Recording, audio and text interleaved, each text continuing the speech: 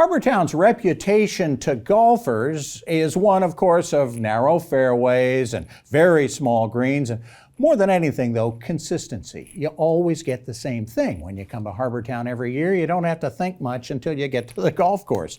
That's going to change a little bit. Something different inside the ropes. The pros are going to face a couple of challenges that I got to check out with Director of Golf, John Farrell. The 502-yard par 5 second has always been the easiest hole for the pros. It's almost crazy short.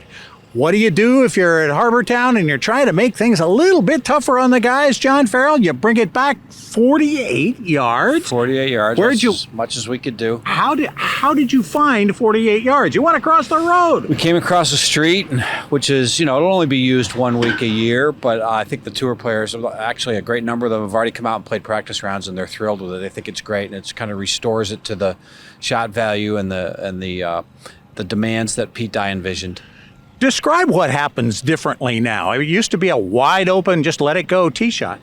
Yeah, with the ball and club going so far now, at 502, they were hitting driver 7 irons in and drivers 8 iron, depending on the wind, of course. But we're going to put a 4 iron or a hybrid or even sometimes a 3-wood, depending on wind, back in their hands on this hole. We study shot link data every year, and we learned that the 2 holes where we had the most to gain or most opportunity for improvement, so to speak, would be 2 and 5. Yeah. And we're going to look at 5 in a second. There's also a hanging tree, a couple of them here at 2, right over the tee. That puts another thought in their head, doesn't it? Well, it's big. When you think of Harbour Town golf links, what do you think about? The trees. There's been times where the tour players in practice rounds will bet one another, last guy to hit a tree, $5 a man kind of thing, because it's almost impossible to play this golf course without hitting a tree at some point. And now you also bring in that fairway bunker down the left-hand side. We do. We want you to have to think 18 times. And this yardage that we've added out here, I think we've accomplished that on these 2 holes. And we want you to have to make a decision, and start plotting some strategies. And that's a lot about what this golf course is. Now, if the par 5 second was the easiest hole at Harbour Town, the par 5 fifth is another chance to get a birdie and really get some momentum going. At 549 yards with a really nice angle. You've just messed with their heads a little bit, haven't you, here? We have intentionally. Again, trying to restore what the original intent was here, to have it be a 3-shot hole that was a little more cognitive, required a little bit more of a decision. So we went 20 yards, and we went a little bit left and a little bit lower. So the players are going to have to make a decision here, much like they do with 5, and much like they have to do 18 times out here. Yeah. Lower, that's something people probably don't even think of, but that makes a difference, doesn't it? Yeah, I was kind of interested to see 15 at Augusta, where they did something similar, where they went back, not a large number of yards, but also lower. But this is lower intentionally, and it was done. We didn't know they were doing that there, but we're thrilled with the outcome here. And again, with the players that we've had out here are really excited about the shot value it presents. You've only added 20 yards here, but you've really changed. You can't go over the top now, really. You kind of have to sling it around or set it out in the middle.